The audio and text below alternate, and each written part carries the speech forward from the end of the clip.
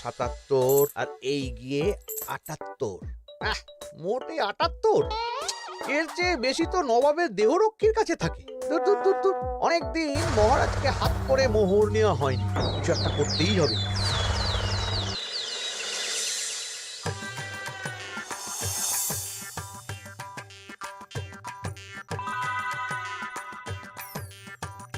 কই গো, কিছু কি ঠিক করলে?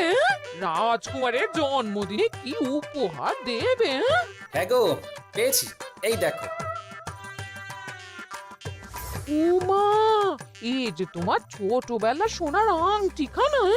হ্যাঁ গিন্নি, ঠিক ধরেছ। যেটুকু যা গয়না ছিল সবই তো দেওয়া হয়ে গেছে, নহে বিক্রি হয়েছে। আর তো কাউকে কিছু দেওয়ার নেই, তাই ভাবলাম এটাই উপহারে দিই। সে ভালো ভেবেছো। বেশ, আসি তাহলে। ওদিকে সবার দেরি হয়ে যাচ্ছে গিন্নি।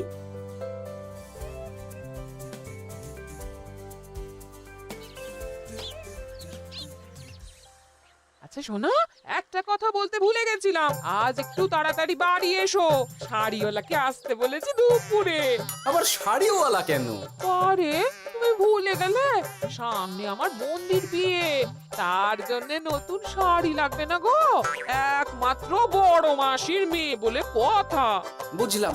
তো ওই একটা শাড়ির জন্য আবার আমাকে থাকতে হবে? 3টে শাড়ি উপহারের পাশাপাশি আমারও একটা শাড়ি চাই। হ্যাঁ আচ্ছা, তুমি নতুন শাড়ি নিয়ে কি করবে বলো তো? বিয়েটা তো তোমার বংশীর। বলি, সারাটা জীবন তো এই এক কাপড়ই কাটিয়ে দিলাম, কি দিয়েছো তুমি আমায়? কেন, এই নিজেকে আমার মতো স্বামী আর কোথাও পাবে? ও সব মন ভুলানো কথায় আর চিড়ে ভিজবে না, তাড়াতাড়ি আসবে বলে দিলাম। হ্যাঁ অগত্যা।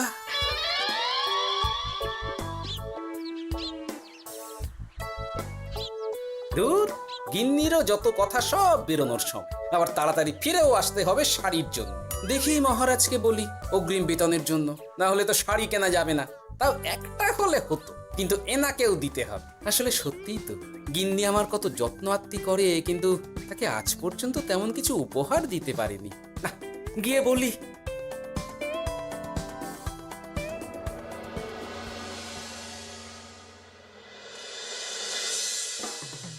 রাজকুমারের জন্মদিন উপলক্ষে যে আপনারা এত উপহার এনেছেন তার জন্য অনেক ধন্যবাদ। আপনাদের সকলের আশীর্বাদ ও ভালোবাসা আমি রাজকুমারের কাছে পৌঁছে দেব। এ আর এমন কি মহারাজ, জানেনই তো রাজকুমার আমাদের সকলের কাছে কত প্রিয়। ঠিক ঠিক। কিন্তু আমি অবাক হচ্ছি, আপনার প্রিয় গোপাল জন্মদিন ভুলে গেছে দেখে। এখনো পর্যন্ত তার কোনো পাত্তাই নেই। হ্যাঁ তাই তো, গোপাল আসেনি কেন? এসে গেছি মহারাজ। তা বলি, এসে তো উদ্ধার করে দিয়েছো। আজ রাজকুমারের জন্মদিন, সে কথা কি মাথায় আছে? ক্ষমা করবেন মহারাজ, আসলে ওই রাজকুমারের উপহার আর গিন্নির আবদার এসবের জন্যই আমার দেরি হয়ে গেল আর কি। এই নিন রানীমা, আমার তরফ থেকে রাজকুমারের জন্য ছোট্ট উপহার। অনেক অনেক ধন্যবাদ গোপাল। তবে মহারাজ, আমারও একটা অনুরোধ ছিল। কি? আমাকে যদি অগ্রিম বেতন হিসাবে কিছু মোহর দেন, তাই নিয়ে আমাকে একটু তাড়াতাড়ি বাড়ি ফিরতে হবে। উনি বলবেন আর ওনাকে দিতে হবে, মামা বাড়ির আবদার। যেটা জানেন না তার মাঝে এত কথা বলেন কেন? হ্যাঁ, আসলে মহারাজ, আমার গিন্নির বোনের মেয়ের বিয়ে সামনে, তাই গিন্নি আবদার করেছে ওই নতুন শাড়ি কেনার জন্য। জানেনই তো বিয়ে বাড়ির কত খরচা, তাই। এ তো খুব ভালো কথা, কিন্তু অগ্রিম বেতন কেন? এমন একটা ভালো খবর দিলে আমার তরফ থেকে তোমার জন্য কিছু মোহর উপহার। এই না, ধন্য মা আপনি। আপনার মতো মা থাকতে সত্যি ছেলের কোনো চিন্তা থাকে না রানীমা। ইস, বেটা আবার সুযোগ বুঝে মোহর পেল। কেন যে আমার এমন হয় না। এবার তাহলে আসি মহারাজ, গিন্নি ওদিকে অপেক্ষা করছে। হ্যাঁ হ্যাঁ, যাও যাও। আজ তাহলে সভা এখানেই শেষ করলাম। মহারাজ, আপনার সাথে আমার একান্তে কিছু কথা আছে। আমি অন্দরমহলে গেলাম। রানীমার আবার হঠাৎ কি হলো, ব্যাপারটা দেখতে হচ্ছে।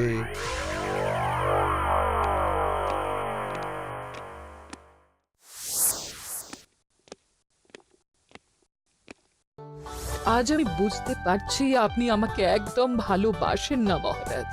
ও কি কথা বলছো রানী? একদম ঠিক বলছি। নিজের গিন্নির আবদার মেটানোর জন্য গোপাল কত ভাবে, নতুন শাড়ি কিনে দেওয়ার জন্য অগ্রিম বেতন অব্দি চাইলো, আর আপনি? আমি তো রাজা, আমি কেন বেতন চাইবো? সেটাই তো, রাজা হয়েও আপনি কখনো এমন কিচ্ছু করেননি, কিচ্ছু না। আহা, রাগ করে না। আমি তোমাকে সব থেকে সুন্দর শাড়ি উপহার দেব, একেবারে সোনার সুতোর কাজ করা মুক্ত বসানো শাড়ি। এমন শাড়ি কেউ কখনো দেখেনি। ও মা, সত্যি? আচ্ছা, এই ব্যাপার। গোপালের কথা শুনে এবার মহারাজ ও রানীমাকে উপহার দেবে? ধুর, আমারই ভাগ্যটা খারাপ।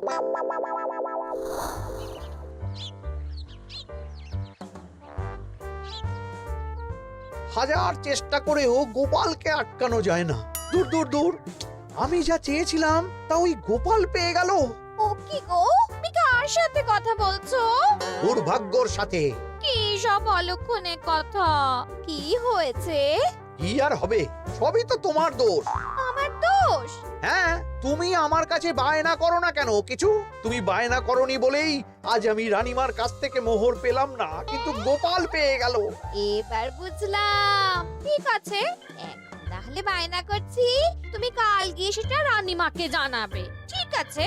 হ্যাঁ, করো করো করো, বায়না করো, বায়না করো। কি চাই, কি চাই, কি চাই? পেয়েছি। তুমি রানীমাকে গিয়ে বলবে যে আমার একটা সোনার হার চাই। এই না হলে আমার বউ। দারুণ চাল চেলেছো।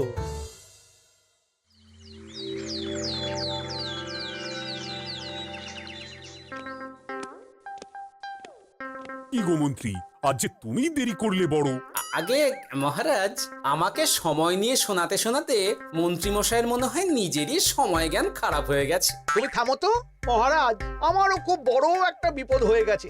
একমাত্র রানীমাই আমাকে বাঁচাতে পারবেন। আমাকে একটু ওনার সাথে দেখা করার অনুমতি দিন মহারাজ। কিন্তু তোমাদের রানীমা তো এখানে নেই। আসলে জানোই তো যে কুমার অনেক দূরে থাকে, তাই গতকাল রাতেই রওনা দিয়েছে। সে কি, রানীমা নেই?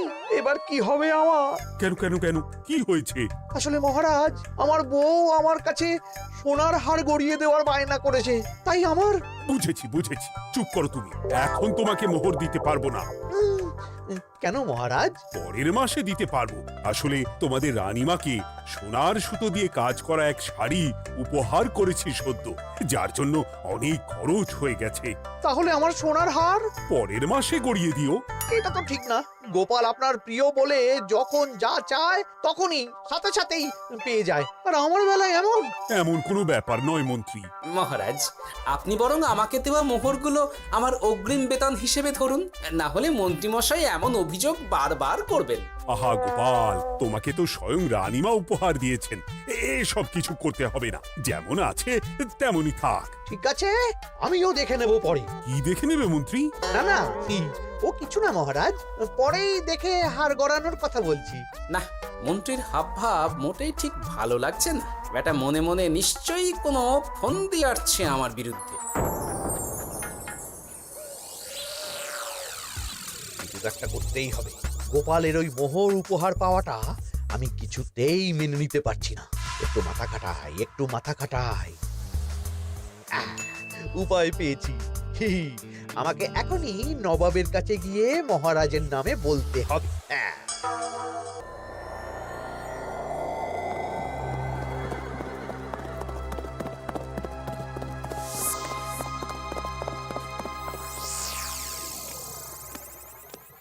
প্রণাম নবাব বাহাদুর। আরে এতে কৃষ্ণনগরের রাজা কৃষ্ণচন্দ্রের মন্ত্রী তো হঠাৎ এখানেই কেন? আমি নবাব বাহাদুরকে আন্তরিক ধন্যবাদ জানাতে এসেছি। কিসের জন্য?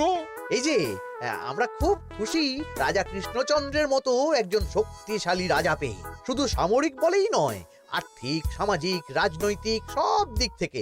আর এটা সম্ভব হয়েছে আপনার মতো একজন নবাবের মহারাজের ওপর কৃপা দৃষ্টির জন্য। বলতেটা কি চাইছো তুমি?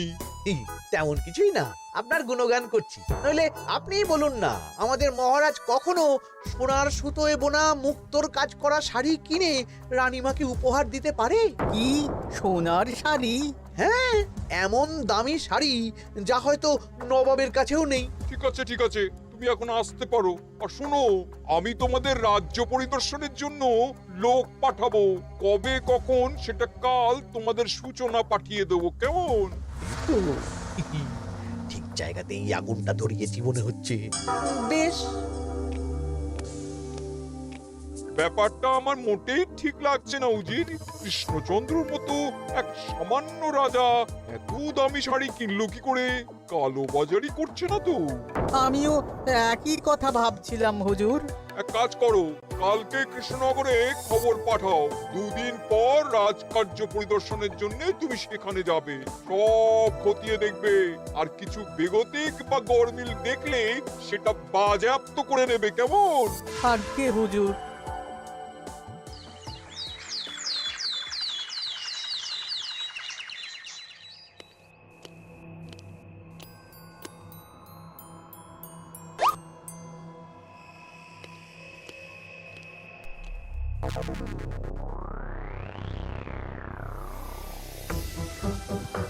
কি হয়েছে মহারাজ? কার চিঠি?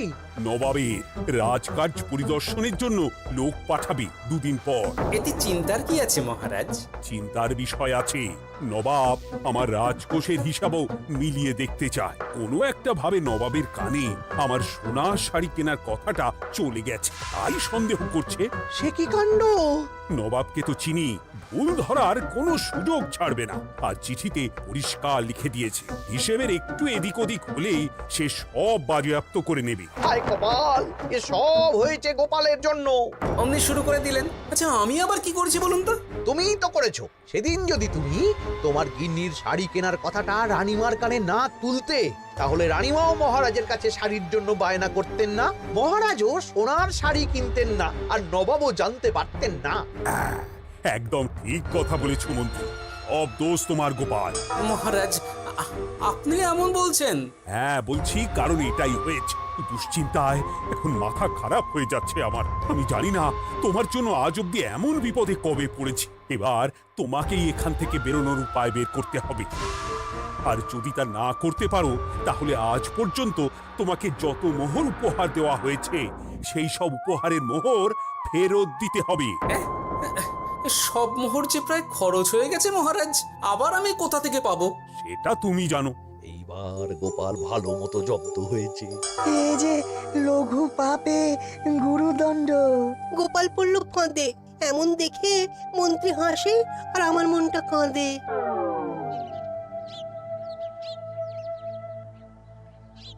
এখানে বসে কি করছো গো গিন্নি? এসে পড়েছো? ওমা, তোমার মুখটা এমন শুকনো দেখাচ্ছে কেন? আর বলো না, এই হিসেবের ঠেলায় সবকিছু বেহিসাবি হয়ে যাচ্ছে একেবারে। আচ্ছা, তুমি কি করছিলে ওই রসিদগুলো নিয়ে? দেখে হিসেব করছিলাম এই মাসে অনেক খরচ হয়েছে কিনা, সেই বুঝে পরের দিনগুলো চালাতে হবে গো। কি বলে? রসিদ দেখে হিসেব কষা? আরে, এটা তোমার মাথাতেই আসেনি। ধন্যবাদ গিন্নি, আরো একবার তোমার জন্য এই যাত্রায় আমি বেঁচে যাব মনে হচ্ছে। বেঁচে যাবে কেন? কি হয়েছে? আচ্ছা, আমাকে আবার একটু রাজপ্রাসাদে যেতে হবে। আমি এলাম গিন্নি। কি যে বলে লোকটা, কিছুই বুঝতে পারি না।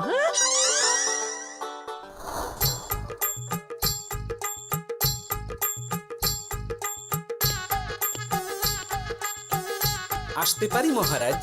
এ কি গোপাল, তুমি?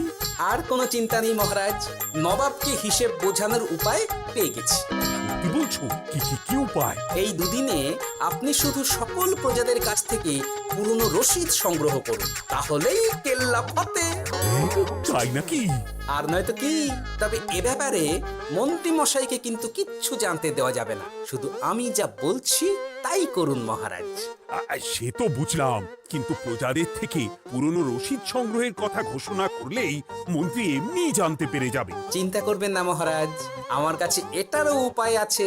আপনি শুধু খেয়াল রাখবেন যাতে এই কথা 5 কান না হয়। বাকিটা ভরসা রাখুন, কৃষ্ণনগরের একটা ঘাসও নবাব বাজেয়াপ্ত করতে পারবে না।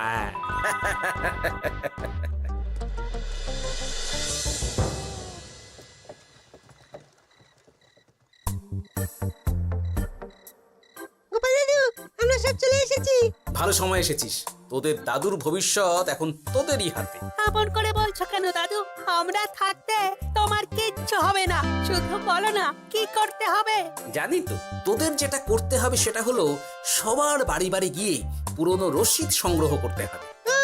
এই ব্যাপার, এটা আর এমন কি? কিন্তু কেউ যদি জিজ্ঞাসা করে কেন চাইছি, তখন বলবি যে ওই গোপাল দাদু ওই টোঙা বানাবে বলে পুরনো কাগজ চাইছে। আচ্ছা, আমরা এক্ষুনি নিয়ে আসছি। যাক, প্রথম ধাপ হয়ে গেল, এবার পরের ধাপের প্রস্তুতি। যাই, একবার বরং বিজ্ঞানীর কাছ থেকে ঘুরে আসি। বিজ্ঞানী, ও বিজ্ঞানী, বাড়ি আছো? আরে গোপাল যে, এসো এসো ভেতরে এসো। বলো, তোমাকে কিভাবে সাহায্য করতে পারি? তোমার কাছে কালি মোছা যায় এমন কোনো কিছু আছে? কালি মোছার জিনিস? হ্যাঁ, একটা তরল রাসায়নিক পদার্থ আছে যেটা সব ধরনের কালি তুলে ফেলে। দাঁড়াও দিচ্ছি। অনেক ধন্যবাদ বিজ্ঞানী।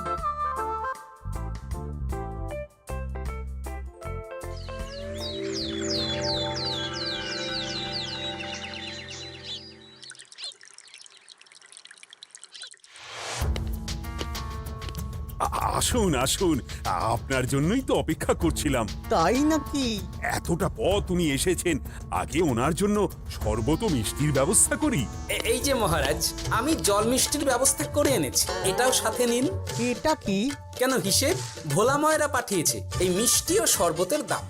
এর মধ্যে এই কাজের সাথে যুক্ত ভোলা ময়রা আর তার পরিচারকের পারিশ্রমিকও যুক্ত আছে। হ্যাঁ, আসলে আমাদের মহারাজ তো প্রতিদিনের খরচ খুব হিসেব করে চলেন, তাই। ও, আমি একটু বসবো? নিশ্চয়ই, ওই তো ওদিকে বসার জায়গা।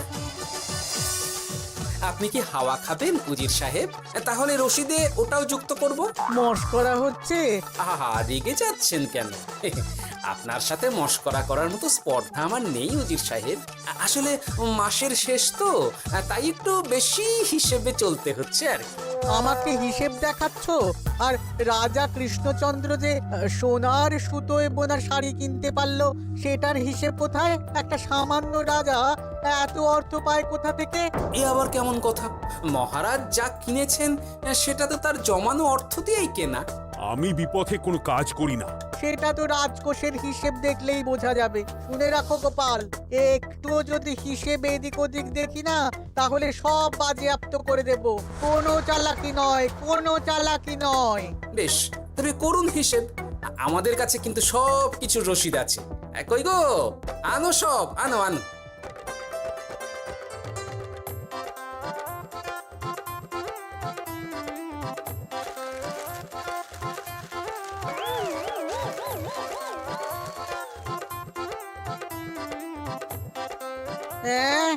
এত রসিদ? আপনি বরং নিশ্চিন্তে হিসেব কষে নিন, আমরা আসি।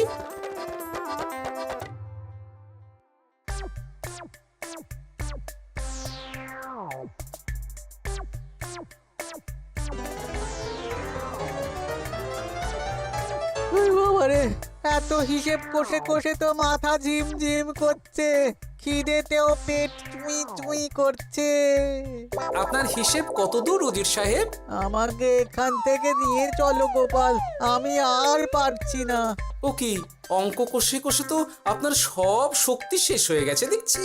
আচ্ছা চলুন চলুন চলুন, কিছু মুখে দিয়ে দিন, তাহলেই শক্তি আসবে। তাই চলো।